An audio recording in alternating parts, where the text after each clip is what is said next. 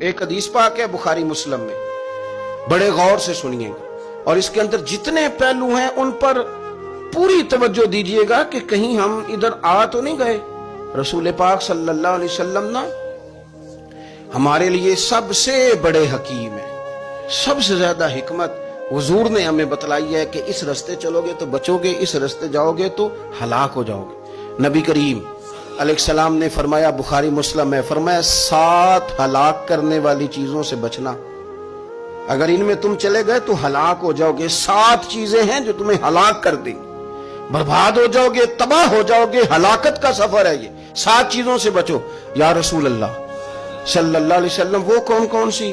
تو حضور نے فرمایا اللہ کے ساتھ شریک نہ کرنا، ہلاک ہو جاؤ گے۔ دوسرا نبی پاک صلی اللہ علیہ وسلم نے فرمایا جادو نہ کرنا، ہلاک ہو جاؤ گے، ہلاک۔ اور یار جسے حضور فرما رہے ہیں ہلاک ہو جائے گا، وہ بچے گا؟ نبی پاک صلی اللہ علیہ وسلم نے تیسرے نمبر پر فرمایا جس شخص کے قتل کرنے کو اللہ نے حرام قرار دیا ہے اسے قتل نہ کرنا، ہلاک ہو جاؤ۔ چوتھے نمبر پر رسول پاک علیہ السلام نے فرمایا سود نہ کبھی بھی کھانا، ہلاک ہو جاؤ گے، ہلاک۔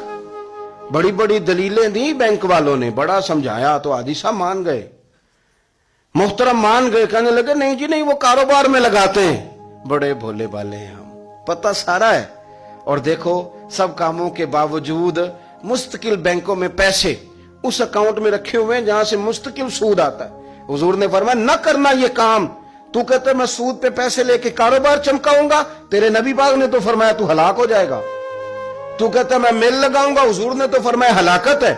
تو کہتا میں بڑا کچھ کر جاؤں گا تو ہلاکت ہے۔ اچھی طرح سمجھ لیں، اصل مال بھی ضائع ہو جاتا ہے اس بندے کا جو سود کا مال ملا لیتا ہے، اصل برکت بھی اڑ جاتی۔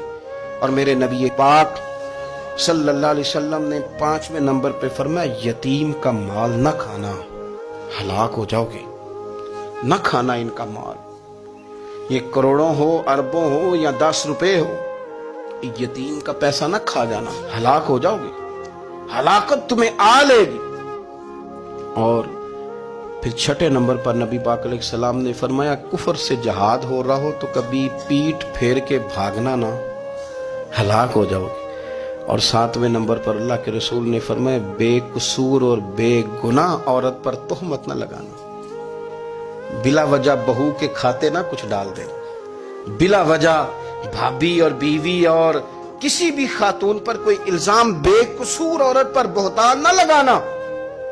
مار مار کے ایک شخص نے بحال کر دیا بیوی کو اور بعد میں پتا چلا کہ جی مجھے شک ہے تویز کراتی ہے۔ کیا آپ کی سوچ ہے؟ مسلمان اللہ کو ماننے والا اور اس باتوں پر الزام لگائے گا تویز کرا کے لاتی؟ بے قصور عورت پر بہتان، ایک تو بات ہے اسے مارنا اور ایک یہ ہے کہ کوئی تکلیف دینا، اور ایک خالی اتنی بات کی کہ بہتان بھی نہ لگانا، اس پر الزام نہ لگانا، یعنی تم نے صرف بے قصور عورت پر الزام ہی لگایا تو حضور فرماتے ہیں ہلاک ہو جاؤ۔ یہ ہلاکت والا کام ہے، لیکن ہم بغیر سوچے سمجھے کہہ دیتے ہیں اس نے کہا ہے، اس نے کیا ہے، یہ کرتی ہے، یہ کام نہیں کرے۔ یہ 7 وہ چیزیں ہیں جو ہلاک کر دیں گی۔